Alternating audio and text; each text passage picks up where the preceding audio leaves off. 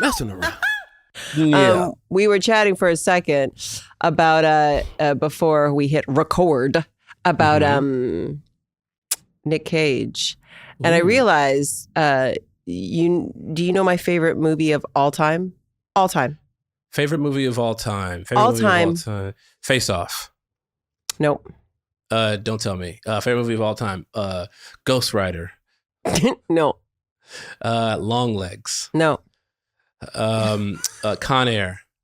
No. It's a movie that won Oscars. Was Cher in it? Yes. Well, I know the name of the movie. He won an Oscar. Didn't he win an Oscar for that movie too? No. Well, he got nominated for an Oscar for that movie. Moonstruck. Yes, my favorite movie of all time. I can quote it. I watch it every single Christmas. My favorite holiday movie. And I just realized that you're going to do something with the star of Moonstruck, and that is how he is known in my household. I'm already doing stuff with him. You know what I mean? We're already working. Did it start? Yeah, it started. It started already. How can you share how it is? No. Can you text me how it is? Yes. No. No. Marvel and Sony will kill me. We'll go to your house and we'll go into the covers and you can just do and then just do signs, and then this, and then this. I'll take it to the grave. You know I'll take it to the grave. You know I'll forget anyway. I'm the safest person to tell anything. They call me the Vault for a reason. That's literally not what they call you. Truly, people, family in my life. They call you old blabbermouth Hannah. Everybody knows it. It's the one thing. I am not a snitch. I am not. You tell me something, it's gone. It's locked tight. I'm good for that. Just so you know. Right. That is not me. That's why I tell everybody about you and Kanye. That's what we should be telling everybody about these shirts we're wearing, by the way. Just hot off the press. Elaine and Chivy. Ooh, look at little that. Elaine here. New Mess Around merch has dropped. You go to the messaroundpod.com. You can snatch it up. We always do limited drops, so get it while you can. Absolutely. Folks, we got an exciting show for you today. This is a big episode. A big one. Pretty big one. This episode is episode 303, Double Date. Double Date, directed by Max Winkler, written by Love Raquet. Fun fact, and Love hates when I tell the story because I've told it a million times. I don't know why I keep telling it. You love the story. He once took a shit in front of my house. You brought him on the podcast. He's one of the most prolific writers on our show. And half of that episode where we had Love on was you talking about that moment. You got to take greatness and knock it down a peg because you don't want him to get too big for his britches. You know what I mean? People know him as a great writer. I know him as a shit taker. All right, tell us what happens in this episode. Let's go. Okay, so in this episode, Jess and Nick propose that they go on a double date with Schmidt and Cece. They agree to let Winston fifth wheel after he lets them know he can get a reservation at the exclusive restaurant Pika, which was on Pico, by the way, Pico Boulevard. But after confessing to Nick that he is still dating both Cece and Elizabeth, Jess warns Schmidt that if he doesn't come clean and tell Cece, she will. While Winston struggles to hold down the community table, Nick, Jess, Schmidt, and Cece all race to Pika for a can't-miss dinner. Let us begin. Let us begin. Dive right in. I will say this is one of the most memorable episodes that I ever did. And it's for what happens in that restaurant. But we will get there. So let's start. Schmidt is making mistakes. Schmidt is making a ton of mistakes. We open up the episode with him on the phone talking to Elizabeth. He's talking to Elizabeth, right? On the phone. And then now this is a weird one because it's like if you're cheating. Now, I'm not saying this as a person who's cheated. I never cheated. Never cheated. Most loyal person. But why are you on the phone? Why are you can't text or wait till you're getting the car to have these conversations? You're Here's playing with fire. I had a friend who, it was really interesting when Schmidt does this big confession near the end where he explains why he kept both women. And he was saying no woman has ever really been interested in him, right? He said he struggled with his weight, and for that reason, he believes that no women were interested in him. And now all of a sudden, he's got like these two dimes that are all of a sudden like want him, and he can't say no. Like this, he's never experienced two women at the same time wanting him, and he couldn't say no.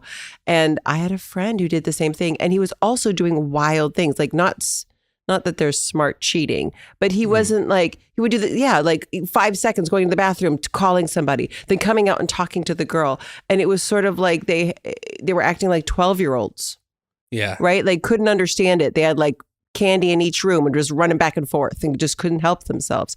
So I feel like this kind of supports his story, that he's just like, look, I'm bad at this. I'm bad at this, and I'm making terrible decisions. And it's even in the fact that like Cece's in the bedroom. I got to call Elizabeth. It's just messy. That's so stupid to me.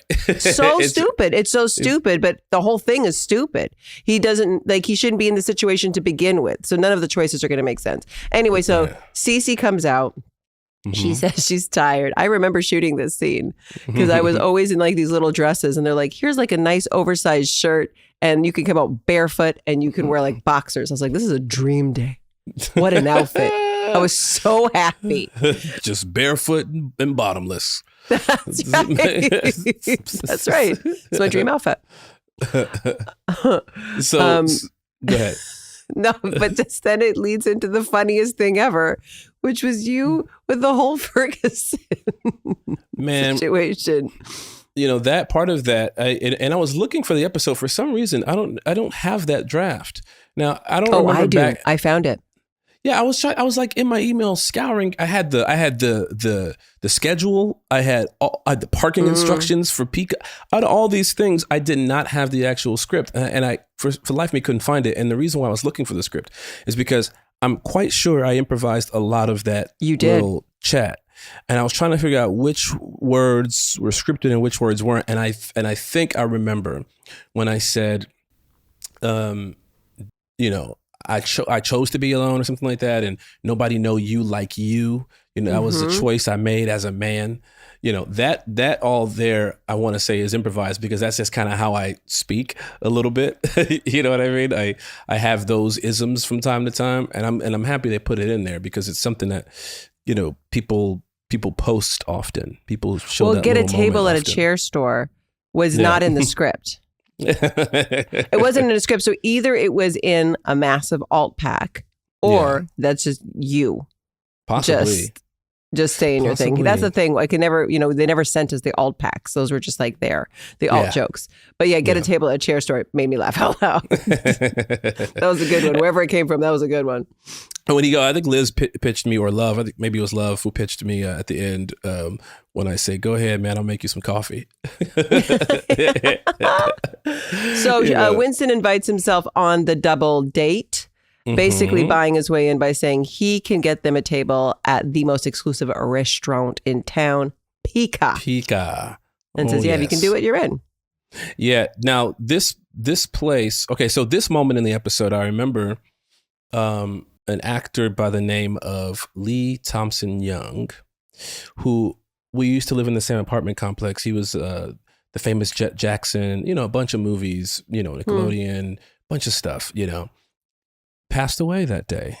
And I knew him a little. We would see each other in the hallway. We'd be at events together. We'd done some table reads together, like work related, you know, friendship, but was a cool dude, was always so kind to me. And then, yeah, you know, passed away that day. And I was on set, and I just remember not being able to like fully like be in it and trying to be funny and trying to, and like they like gave me a break. You know, I remember Alice Wetterland. She played the woman who works the front of the restaurant, the hostess, and she was just so kind to me. She was just like talking to me, chilling, hanging out. I didn't know her at all, but you know, I was just in such a weird space that it was hard for me to even do this episode, to be quite honest with you. A lot of funny stuff came from it, but it was like, yeah, I was like my head You was were in also another place. alone that week, basically, because you were kind of shooting at that restaurant by yourself. So it wasn't like you had us either. Yeah. For most of it, true. which is also, and then you're on location. So you're not even like on the lot. Yeah, Right. that is quite disorienting when you're actually going through that real life stuff. Yeah. And then you have to show up and tell jokes when you're trying to cope and process by yourself. Yeah, that one was rough. But let's dive back into it, Hannah. So I walk sad. in. Cece walks into the room where Nick and Jess are in bed. What post-coital? Yes. And I did have the script. So I read the script, and the truth of this scene is that they really gave Jake not much to do. Not much to do at all. Right. He was just supposed to sit there and be awkward, like look awkward. And it was really a Jess and Cece scene. But I was like, but he does the most in this scene, right? Like when I sit on the bed, he's like, wait, you're saying? Like he starts saying all sorts of funny things, injecting all sorts of funny things about like his penis is showing. None of this is scripted. None of this is in the script. And I was like, why is he? Because it's so funny. He's so great. And I was like, I wondered if it's the twofold things. One, we talked about how season 3, everybody just hit like a full stride in comfort level of improv. But also it's his best friend, Max Winkler, is directing. And I'm sure he could just like let Jake go. And Jake 100%. Felt comfy to be like, I can do what I want. It's Max here. And it was gold. That scene is one of the funniest scenes to me because of Jake. Yeah. We're having a real conversation, her and I, but like Jake is doing, because he's naked in the bed. And then they have to do that weird like bedroom treat, kitchen treat thing. Also improvise this like, ooh, the little itchy bra of the thing. And I remember sitting there genuinely feeling uncomfortable. I was like, but it was so funny and it made the show. Well, in that moment, you were Winston. So you were third wheeling it and Winston's trying to fifth wheel it, which is the same thing. You know what I mean? That's right. We're just on the outside of it. Only difference is you were doing it at the most inappropriate time. That's right. Oh my gosh. Okay, so Winston then walks into Pika and immediately just eats a glass decorative ball. I don't know why that made me laugh too. Like trying to be cool. You know what I mean? Like trying to be cool so you own a spot, so you just do something. Information. The trick is when you're trying to get to a location you're not supposed to be, you got to walk with confidence. And he walked in extremely confident and was like, I'm going to eat this mint. And till this day, whenever I see a glass bowl of like those things, I always think of that moment where I was like, no, that's glass. That's glass. It's kind of like what you just talked about when we did our little Emmy recap, right? It's like Emmy first, right? Yeah. All of a sudden you're trying to get into a place, just walk in with the Emmy first. It worked for you. Here's Winston walking in. He's just like, I'm going to pop a mint like I own the joint. Yes, Emmy. This is what Winston needed at Pika. I know. He needed to do an art life like crossover, time travel. Oh, wait, the IOU moment also was so funny. Oh my gosh. It's one of my favorite bits. It's like, and I see it in movies from time to time. And even later on in Game Night, Billy Magnuson kind of does the moment where he's like sliding her this $1. She's like, $1? Really? And he's like, hold on, sorry. Is there another $1? You know? And this one is so funny. I don't know. I mean, laughing at my own stuff, but it's funny because it's like the writers wrote that like, oh, that's not supposed to be. That's supposed to be $10. That's supposed to be $100. That scene actually went on in the script, right? Where you're like, can I change it? And then you change it. And then you slide it slowly back to her. Yeah. And then she's like, no. Like, no, the answer is no. But it didn't. Yeah, there was so much to get in this episode. There was a bunch of little like endings of things that were cut. But that scene went on. It was so funny. I don't know. Now, meanwhile, Schmidt's being really weird, right? Yeah. And Nick approaches him and asks him if he is on drugs. Now, Schmidt pulls Nick into his room and then he asked if he's cracked his email password.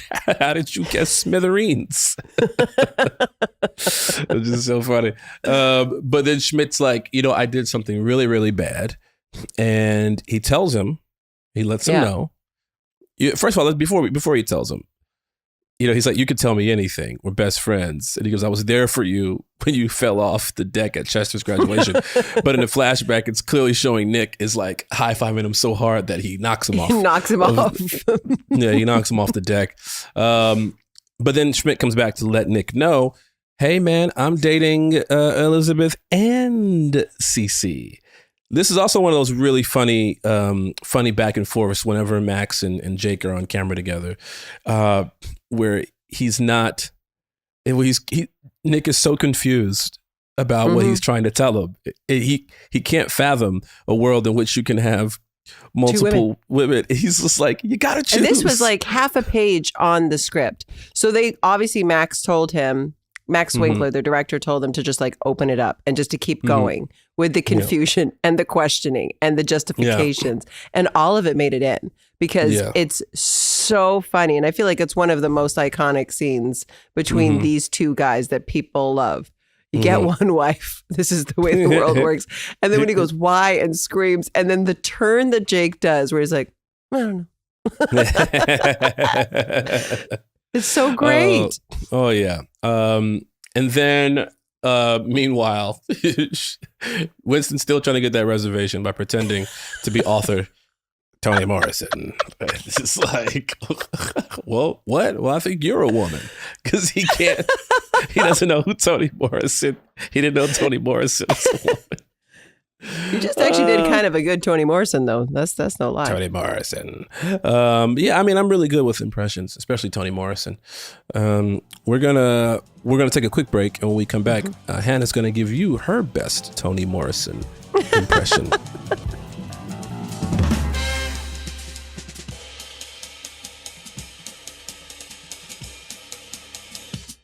And we are back.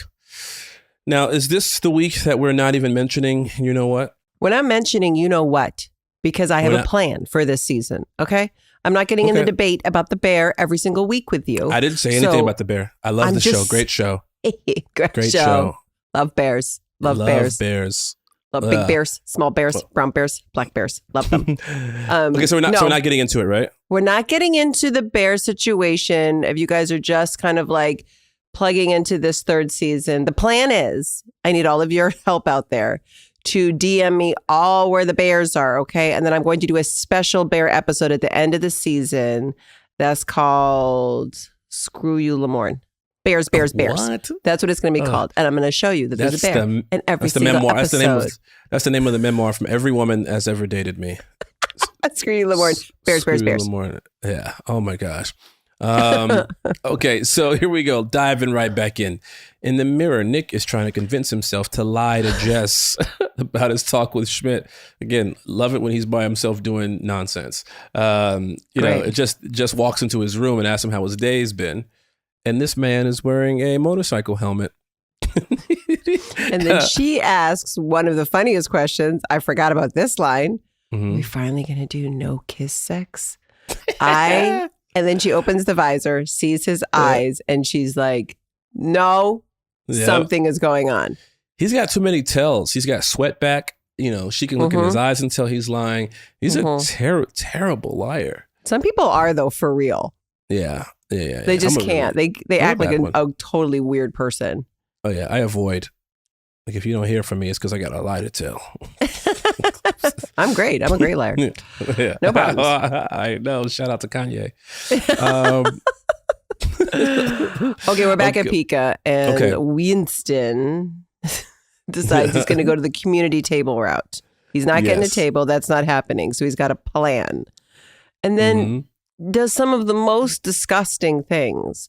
The fish, the thing that you put in your mouth, was that a rubber thing? No, that was real fish. No, sir. That was real fish. Well, that was a real fish with the bones? Yeah, no, the bones weren't in it. They deboned it. So I just remember in that moment having them pitch that idea to me and then thinking, okay, well, can I at least get something warm and not like something that maybe you just heated up and at least go put it in the microwave or something, because cold fish is just disgusting. You had microwave fish? Yeah, I just had them heated up a little bit. I don't know if they microwaved it or took a blowtorch to it. I have no idea. But when they brought it back, it was a little warm. So I was like, okay, this is better than sticking cold fish in my mouth. Yeah. And then even that moment, I think it might not be in this particular moment, but it's later on when we see him still at that table, and you could tell he's been there for a while, and somebody tries to sit down, and I go into this African language that I just made up. Oh my gosh, that caught me off guard too. I was crying. I was like, "What is this man doing?" Please tell me no one pitched you that and you just decided to do it. I just decided to do that. That's just me. It's just silliness. It's just like, what can I do to get these people away from me? I can act like an African warlord that's really mad at somebody. Like, hey, but the thing is, I made that up. I am curious though, because sometimes when you just make stuff up, something I said could possibly be a word in one of the many, many, many African countries. That's true. You know what I mean? I don't know. So if for all of my Africans and African folks out there, let me know if I said anything, or let me know if it was just plain stupidity. Imagine if you actually said something, but it was actually something beautiful. I would like to give you flowers. Yeah, hey, beautiful flower man. Why did he leave? He was welcoming. Please sit. I misspoke earlier. So she did not lift the visor and see that he was lying. They then bam chicka wow wow. And then she finds out afterwards with the motorcycle helmet on after sex that she finds out the secret, and she comes out hellfire, which, by the way, that is such a me thing that I would do in my real life. If I found out. Oh. Yes, have sex in a motorcycle helmet. No, I would, if I found out that my best friend is being cheated on and that person who was doing it was in the vicinity, RIP to that person. Bye-bye. I'll call the cops myself. I'll be like, okay, this is about to happen. You better show up. I would be furious. And it's one of the things that Liz Merriweather did so well is she kept the female friendship between Jess and Cece so honest. There was not even a question in Jess's mind, just because she's, loves Schmidt and they're roommates and they're friends. When it comes to these girls sticking together and having each other's backs, it never falters. They never fight over a man. They never choose a man over each other. It's a really beautiful part that lasts the entire series. And this is her in spades. She comes out, she totally trashes him, insults him in the way only Jess can, crumb bum, right? And then she puts down the ultimatum, which is you better tell her quick. Yeah. Otherwise, I'm going to. And they know Cece's about to show up. Yeah. She's about to walk through the door. Here's the anger. Well, actually, I might be jumping the gun a little bit, but I when we get to it, remind me to. We'll just go to it. We'll just keep going. We'll keep going, because I do have a thought on the behavior of Cece and Jess in this moment. The behavior of you two is despicable and it is disgusting. You mean Schmidt? No, I think not you're on Schmidt. Misspeaking, sir. No, that man was trying to spare feelings. And you guys, let's keep going. My Lord. I'm about to drive to your house right now. Here's the other thing. In the script, it never shows Nick. It never says that Nick dances. He's supposed to just be standing there. I think again, he's not part of this scene, right? He just comes out with her. And this is between Jess and Schmidt. And again, I think it was the Winkler effect. I think he was just like, you do something because you're uncomfortable. And they know that Jake hates to dance so deeply. So there's going to be nothing more awkward. It's the funniest. Yeah. It's one of the most memeable things that have come out of the show is that insane dance with the motorcycle helmet, but it was not in the script. So either they came up with it on set or they chatted about what could he be doing instead of just standing there. Maybe it's, it's like a little kid, right? The parents are fighting and he's just like, look at me, I'm over here. Please don't fight. It's okay. Maybe it's that. I don't know. But it's so funny. And it's the perfect way to balance what is a really high stakes, dramatic scene. Yeah. Oh, yeah.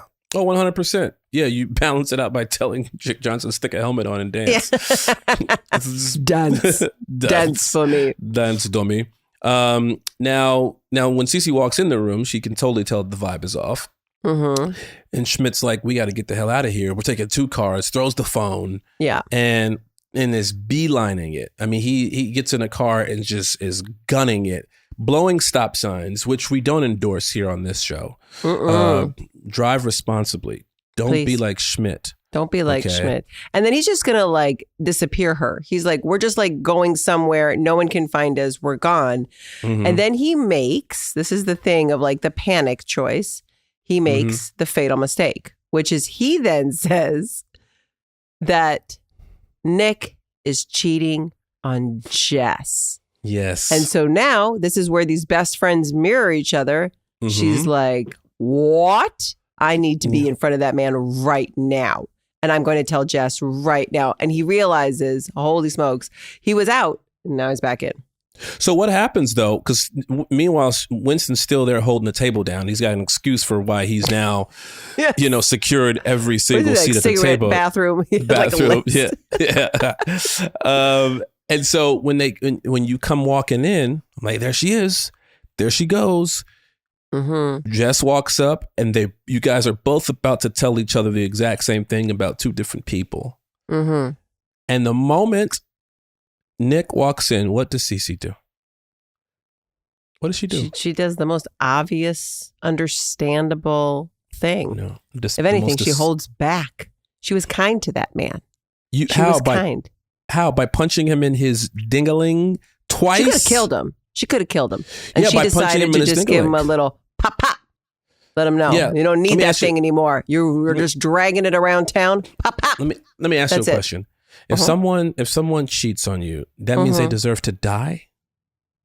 You're my best friend.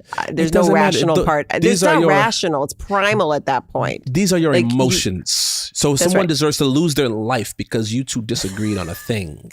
So your life is worthless because you hurt my feelings. You hurt my friend's feelings. Usually if you hurt my feelings, I'll be like, feelings. That's it. If you hurt my feelings, I'd probably be like, oh God, that makes me feel sad. If you hurt my friend, that's it. It's over. Bye-bye. See you later. Have a nice life. So when a woman cheats on the man, never in the history, not me and my friends at least, we don't plot out punching this woman in her vagina. I'm gonna punch a breast. We just go, hey man, brother, man, sometimes it happens. That's life. It's time to move on. God bless her, man. And she wanted what she wanted and she made a decision. Man, I love her anyway. I respect her decision. And this is very evolved, actually. Humbly, let's just keep it moving. but you are like, no, I must punch this man in his testicles so he can never breed. So this was the story of that too, right? Is they're like, so, you come in and they tell Jake and Hannah's going to punch you twice. And obviously not real. We're going to fake it. Like he's going to move his body. There'll be no contact. It's fine. And then I remember they were like, hey, do you want a cup? Or like, you're fine. And I just remember him looking at me and he was like, you know what? I'm going to take a cup. I'm going to have a cup. Just again. And I realized, we have no trust. We have no trust here. Like, she misses because it's so funny because he says, also, I feel like this actually was scripted, I think, but he says like she nipped the corner. And I remember in the moment, like I was like, oh God, did I? I'm so sorry. Anyway, really funny. That moment. It was very fun to do. It was very cathartic because it was a really weird shoot. That was the only thing that we did there. And then we'll come back to what happens in the car between Schmidt and Max. But when Max does come in to the bar, what was scripted and what we did was actually much more of like a joke where he was kind of like, I hurt you. You hurt me. Take the fork. Stab me. It's fine. Like it was more like heightened and very Schmidt joke style. And then that's all we shot that day. What you actually see when Schmidt and Cece start to really talk, when they really talk, was a reshoot. Oh. Yeah, it was a reshoot that we did back at the bar. So they'd cut the episode together, and I think they realized, like, this is a huge moment in the series, right? And he has to get it. like, if we're going to get these people back together, this can't just be easily like forgivable. There has to be some real truth told, and he has to really talk through it. And this can't be about the comedy of this. This has to be real. And that's where New Girl, again, just like shined. It was like in those relationships. And I will never forget, I feel like Jake Kasdan was there, came down for it. I think Winkler was there. I feel like Kasdan was there. And they had kind of written out Max's little speech she does. Again, we shot it in the bar. They dressed it to be like Pika. And they said, Hannah, you can just say whatever you want. Just respond to him however you want, however you feel, however it hits you. And so that whole scene where I'm there and I'm crying and all the things that I say was just fully improvised.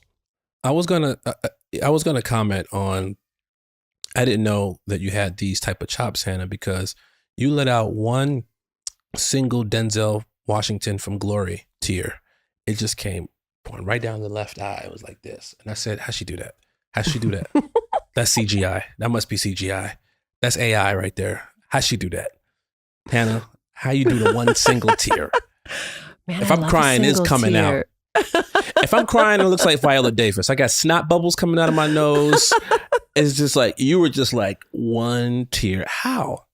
I don't know. It was a moment. I'll remember that moment in there because Max is a really wonderful actor and he has no problem. Like, he never breaks eye contact with you. And when he was saying the things he was saying, which were problematic, like what Schmidt says is kind of problematic because he's talking about himself, right? Like, I've never had these opportunities before, 2 girls at the same time, and I was a fat kid, and he's saying all these things, which you're the one that's hurt, right? So you're sitting there, like, her character is the one going through this, and it's like enraging.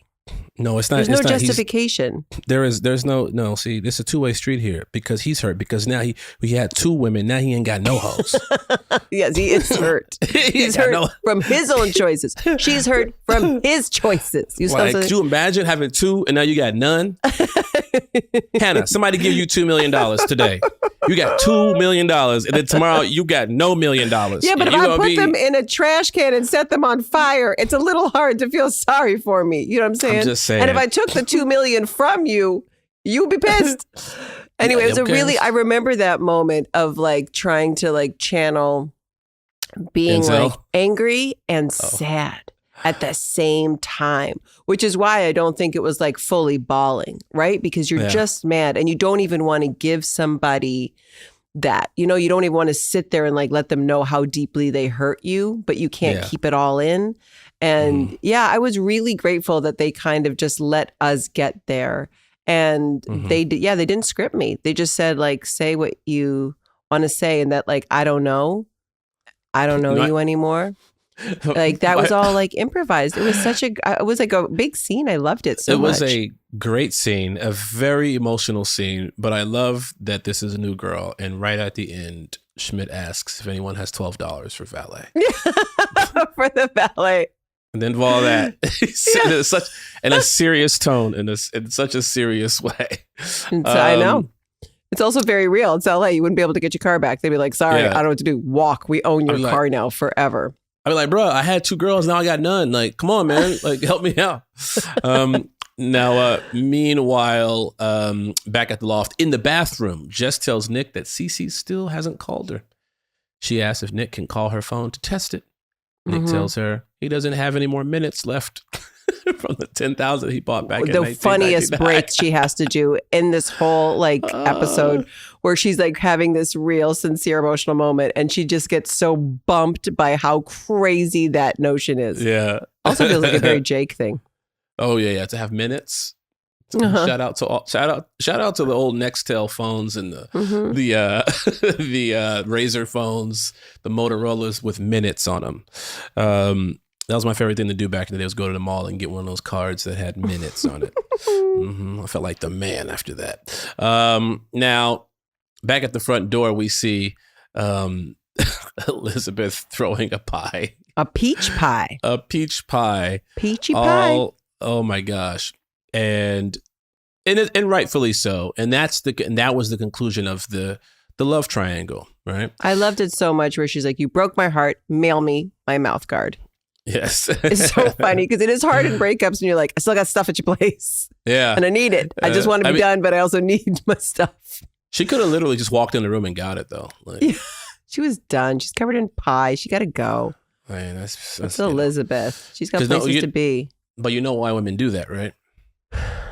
Bring me my stuff later. She's leaving the door open. No door open. This door was closed. The door open. No. If you're telling yourself that, that's not true. Mail it in a box. Nah. No return to sender. Leave that door wide open. Get that. Oh, that's right. He says there was a call, right? Is that right? He said apparently. Oh, that's right. Yeah. Cece told Elizabeth. Yeah. Ooh. Cece told Elizabeth. Here's where I think, honestly, like, I know you don't watch Love Island. No. But I watched Love Island USA Shame. this past season, and it was so good. And the way the women held each other down was so good. It was so great. And I feel like it was that same energy between Cece and Elizabeth. I think it was just a straight up call where she's just like, I got this information. I'm giving you this information. You can, by the way, I respect any choice you would like to make. Let's reenact it really quick. Okay. Ring, ring, ring. Ring, ring, ring. Hello, this is Elizabeth. Hey, Elizabeth. This is Cece. You raggedy bitch. What you doing calling my motherfucking phone? Shame on you. This is like, I expected you to respond like that. I just want to share something that maybe will make you feel a little differently. Schmidt was fully dating me while he was fully dating you. I just found out and I broke up with him and I think he's disgusting and it's over. You can do whatever you want with that information. The only way to prove it is for you to go to Schmidt and ask him if it's true. You should get that right from him. You know what I'm going to do? I'm going to go I'm going to sleep with him 1 or 2 more times. And then while we look at your photo on the nightstand and then see what he really feels. And then after that, if he doesn't feel anything for either one of us, then I'm going to throw a pie in his face. I love that choice for you. Yeah. But I got if you, I'm still, girl. Yeah, I'm he's still all into yours. him. Yeah, that's my man. I love him. I'm gonna leave the door open. I can see that, Elizabeth. I can see that. I'm really happy for you too. Peace and love. That's probably how the call went. I feel like of all the improv scene partners I could have had on that reenactment, maybe despite the Emmy, you might not have been my number one choice. I feel like Merritt Weaver needs to come on the show and we can do that call. Call. I don't think raggedy ass bitch is going to be in that reenactment. Oh, well, I think that's something she would say. For sure. But right after that, go ahead. Great moment. No, great moment. Say it. I love this. This is my favorite part of the episode. Schmidt becomes as Sinister is. While covered in peach cobbler, he lets Nick and Jess know that he will stop at nothing to ruin their relationship. He blames them.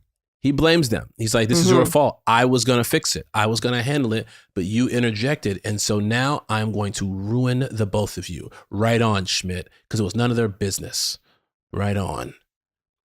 And then they do the funniest turn where they go, you know what? We're not going to let this happen.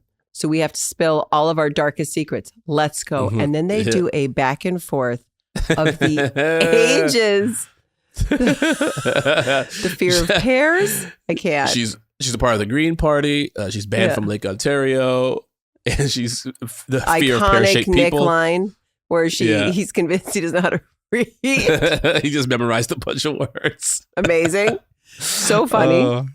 The doctor said that she might grow another 18 inches. It's another 1.5 feet on a woman. He's like, I'm getting past it. I'm working through it. I'm done. And they disagree on the moon landing, which I'm with Nick on that. That's fake. Moon landing is fake.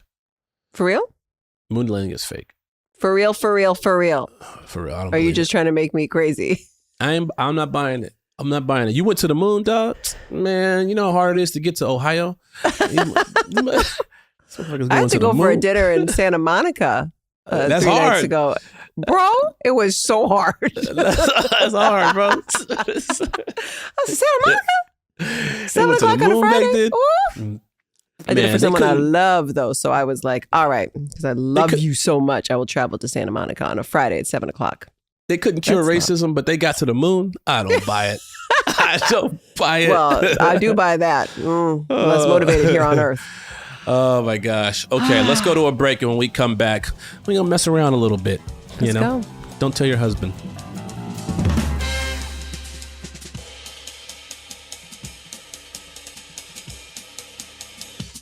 And we are back. Babe. Yeah, babe. Dating two people. Advice? Was there any way for Schmidt to get out of this clean? I mean, you've done it. You've did. No, there's no way to get out of it clean. It's messy, messy, messy, no matter what. Because here's the thing. Even if you manage to choose one and break up with the other and nobody found out, somehow clean, quote, clean, you would carry it on your conscience? No, you wouldn't. You're like, wouldn't. I wouldn't. No, I'm just saying because you ultimately, the crisis is within you. So if you got rid of the crisis, if you decided in the middle of this journey, like, you know what, I'm messing up.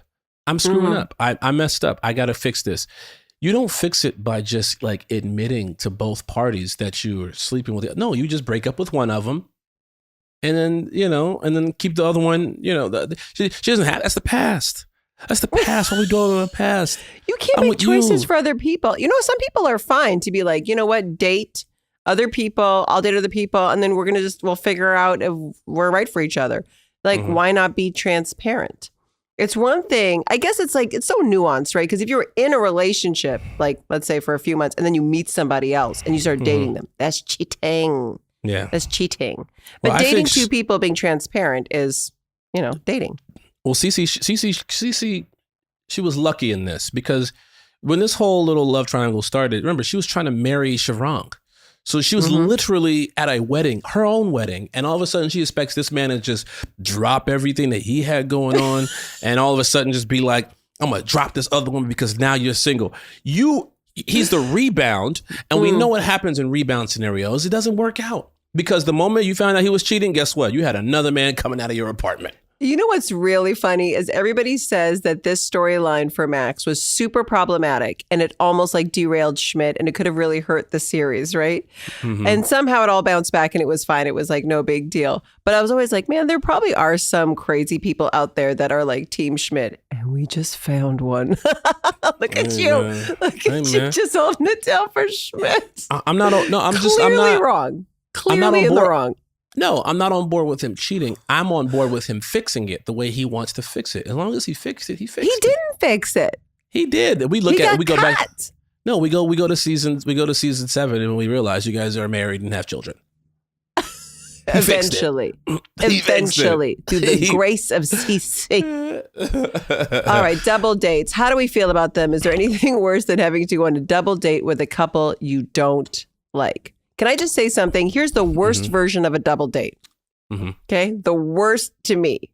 The worst version of a double date is you're with your partner, okay? And then your guy, or you, your girl, like finds a bro that he's like, this guy's the coolest. He's amazing. We should go to dinner. Okay? So your partner now is going to have like the greatest dinner because they're with their boy and you. But for me, now I'm stuck with you who are super distracted to be hanging out having dinner with your guy friend and some rando that I have to get to know. And it's so weird to be on a blind date with another woman and you're just like, But isn't that how all relationships get formed? You have to meet people for the first time. You look for, I always call it like the unicorn couple where like, the women get on, the men get on, or the whatever, the men all get on, whatever it is, whatever you look like in your relationship. But everybody knows each other and is like, that's my person. I get them. It is the worst when it's just your partner likes the other person and then you're stuck with their spouse and you don't get on. Yeah, no, I can hear that. Haven't you been in that situation before? It's weird. Yes, I've been in a situation. Yeah, like just like you said, it's when she does it. You know what I mean? I have to suck it up and be like, yeah, I'm going to go meet this random dude and try to be friends with him while you talk about girl stuff, talk about Love Island. You know what I mean? And we talk about it a lot. I know you do. And The Bachelor and The Bachelorette and The Golden Bachelor. What? quality programming. It's not. I mean, it's on air, so people still love it. And I'm not going to knock, I'm not going to yuck people's Season yums. 97. I know. The Golden Bachelor, starring people who are 97. That's right. That's where they ended up. Yeah, they ran out of people. They've used all the people. Island. Call it Geriatric Island. This bunch of walkers and just STDs going around everywhere because old people, they don't wear condoms. Well, it's you're not getting pregnant. Disgusting. It's great. Disgusting. I love it. I'm so down for it. Okay, so you talked dates. about... It's weird. Double dates can be weird. Double dates can be weird. Now, the double dates that I find weird is if you go on a double date with someone and then you realize that they want more than the double date. Like they're trying to swap. They're trying to swap. Oh, a swap or a swing. Yeah. I can't do that. Oh, no, thank you. Because Yeah, also, like, if you don't want him right now, why would I want him? Like, trying to get rid of her, bro. I don't. Yeah, I mean, I know why you want him because I want him too. But why don't you want that? No, thank you. Bye-bye. God. Yeah, not for me. Not for me. Not for me either. No, thank you. Fun fact, they swing a lot in Montreal. Moving on. The junk punch on Jake Hanna. We talked about this earlier, but did you practice that? No. You know what I mean? How many takes do you remember doing it? They asked me. They were like, do you want, the stunt people were there. They're like, do you want us to show you? This is how you fake it out. I was like, I got it. I think that's why Jake was like, the cup, please. I don't know if she's got it. Yeah, don't trust Hannah around your junk. She likes to punch. She like a couple bottles of Chardonnay. She likes to punch. That's our show, folks. That show. Is a lovely episode. What a great episode, man. Double date. Oh, yes. Thank you all for listening. Please, as always, make sure you go ahead and follow us on IG at The Mess Around Pod. Please go ahead and check out our merch. These lovely shirts right here. They have them in all kinds of sizes. And we'll be back next week with episode 304 and a very, very special guest. Ricky! That was The Mess Around. This has been an iHeartMedia production. Our executive producer is Joelle Monique. Our engineer and editor is Mia Taylor. Additional production from Daniel Goodman, Wendy Heisler, and Kyle Chevron. Our theme song was written and composed by Ronald Jukebox Jackson. So we're going to catch you next time. Bye.